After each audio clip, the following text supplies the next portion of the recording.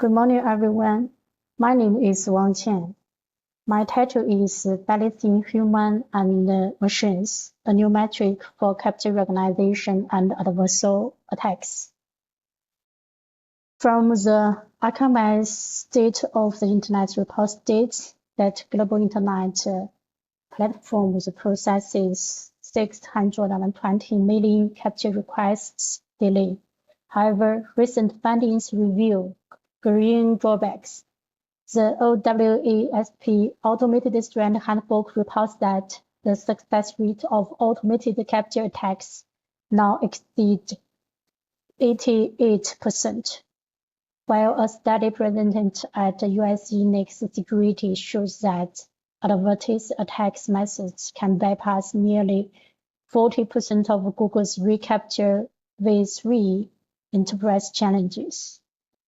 These statistical findings have motivated the development of adversarial techniques that incorporate gradient-based perturbations, especially to enhance the security of CAPTCHA.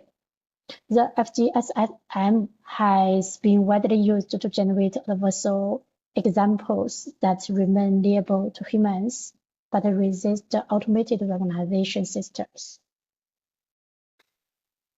The contributions of our research has three. The first one is training a machine model for CAPTCHA recognition. And the second one is implementation of adversarial perturbations by using FGSM algorithm. The third one is we first established the human machine discrepancy score. We call it HMDS, achieving a quantitative assessment of the balance between safety and usability. That is the related work in this area. We can see from these others research that the technology and their limitation and the evolution metrics. From this table, we can see researchers often use the security as their evolution metrics, seldom to use both of them. If they use these security and usability, it just have a balance these between security and usability.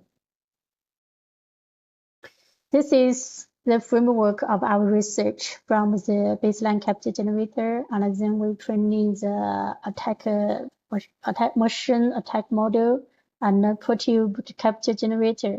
Then we evaluate the perturbed CAPTCHA by two ways. The first is human recognition, and the second one is machine recognition. All these experiments is implemented, and then use these experimental results. We proposed a security usability trade-off metric, and then we see these differences. The first step is baseline CAPTCHA generator. We just generated this baseline CAPTCHA example, use these parameters. The parameters are like this: the background, font, the font size, and the character spacing, and so on. So that is the baseline CAPTCHA generator. Using this baseline CAPTCHA, we train the machine attack model. This attack model we call the deep CAPTCHA. The deep CAPTCHA we train data set is 13,000 and 4,000 test data set, and then we can save the pre-trained model. The perturbed CAPTCHA generator used to added the perturbation to the CAPTCHA, to the text CAPTCHA. We called the adversarial noise. We found too strong noise means it is hard for models to recognize, but it is also hard for humans to recognize. So we must find the suitable or the probable epsilon. And the second step is the generator. We use the different adversarial attack FGSM and to find the drawbacks of FGSM. We find FGSM, it is one-step attack. Sometimes it is efficient, but can be detectable. So we use the TV loss to balance the image. And this is some samples we found in the horizontal difference and vehicle differences. Then we use the TV loss applied. We can see the difference between the perceived image and the TV loss applied images. And by using these perceived image data sets, we do some experiment on generated FGSM-based data sets. The data set is like this. The total number is 25. Each category has roughly 200 samples for testing used for machine and human experiments. The total sample is 5,000. This is some samples. We use the TV loss and the epsilon, different strengths of the epsilon. The TV loss and perceived images like this. We can see the differences between them from the human. And the next step is evaluation. It is very important. So we divided these steps into 3 items. First is the machine recognition experiment. It is used by machine recognition, how machine recognizes the perceived caption, and then we evaluate from human. Human recognize the accuracy of capture. And the second is compare the machine recognition and human recognition. The first one we should do is machine recognize experiment.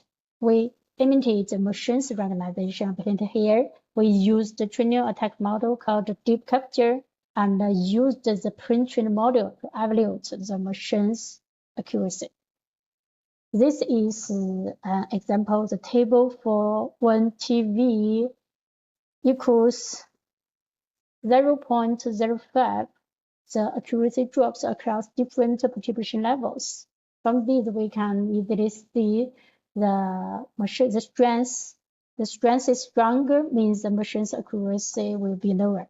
So it is only for the machine. The last one is the point epsilon equals 0.3.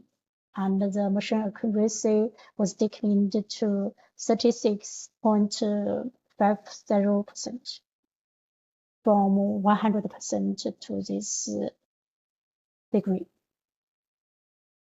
And for this one, we also evaluate by human. We want to see the human's recognition. We did this experiment to do capture text on the web page. Just let users to recognize these category. We give the 25 category and the capture, they recognize this and to find the accuracy of human. And this is the result of the human recognition, the information. The information contains the users, the gender, the education level, the age range, and the English and computer level. We find these from this information. We can find what will be influences the accuracy of humans recognition. This is the result also from 100% to half, about 50%. And this is all the human recognition accuracy experiments. These results shows the recognition accuracy by human recognition.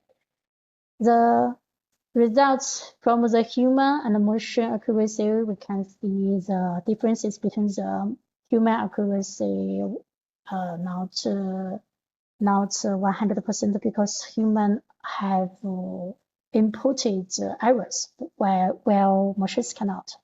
And through the TV losses process, human can recognize the character more clearly. From all these results, we can propose a security stability trade-off metric we call the new balanced metrics. We designed these metrics from these properties, high usability and low emission success, while both U and M are very high, so the metric should be reflect a moderate value.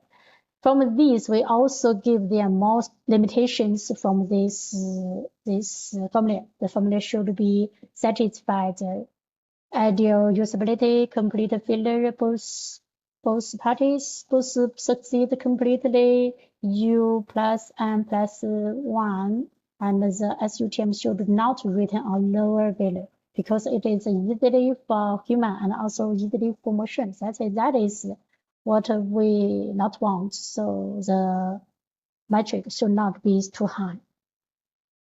And from all these analyses, we designed this formula. The formula this contains the usability and the machines recognition, the trade-off for confidence and penalty parameter.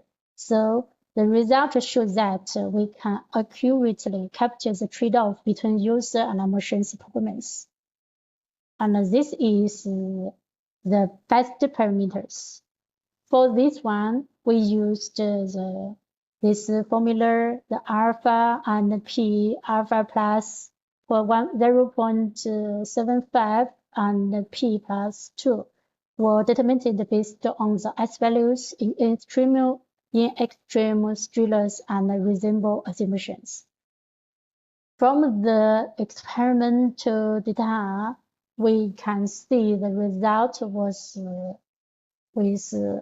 consistent with our exceptions.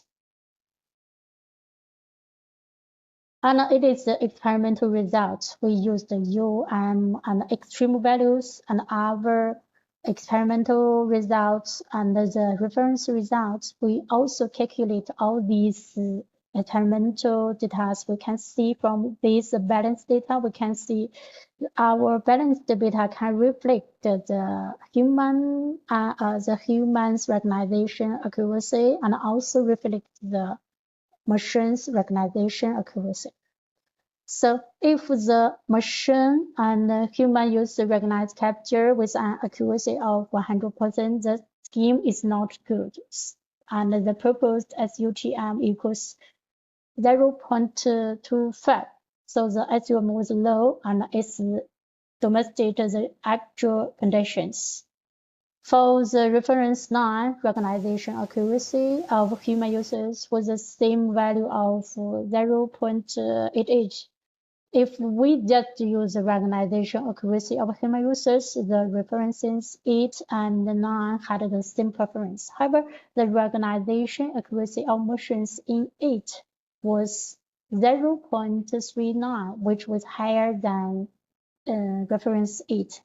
So the SUTM of 8 was 0.8367, higher than 9. So we think the reference 8 achieved a better performance. That is we want to know. That is all I want to share. Thank you.